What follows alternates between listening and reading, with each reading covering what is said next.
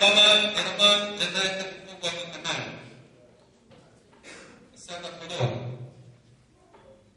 إن المنظمة الوطنية للطلبة الجزائريين تساهم بجميع القضايا الفكرية وإطاراتها ومناظريها لبلوغ جميع هذه الأهداف، حيث اختارت برنامجا استثنائيا لإنجاح الانتخابات الرئاسية 2009، وهذا بتنظيم أيام تأسيسية لكافة الشرائح الطلابية الموزعة داخل جامعات التراب الوطني قبل المواطنة والانتخاب.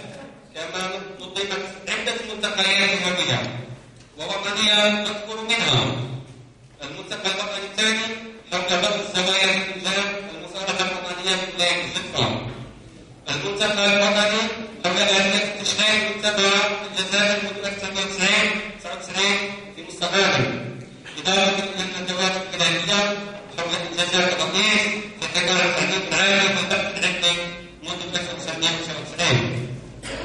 السادة الأفاضل، إن العقيدة التي تختلفنا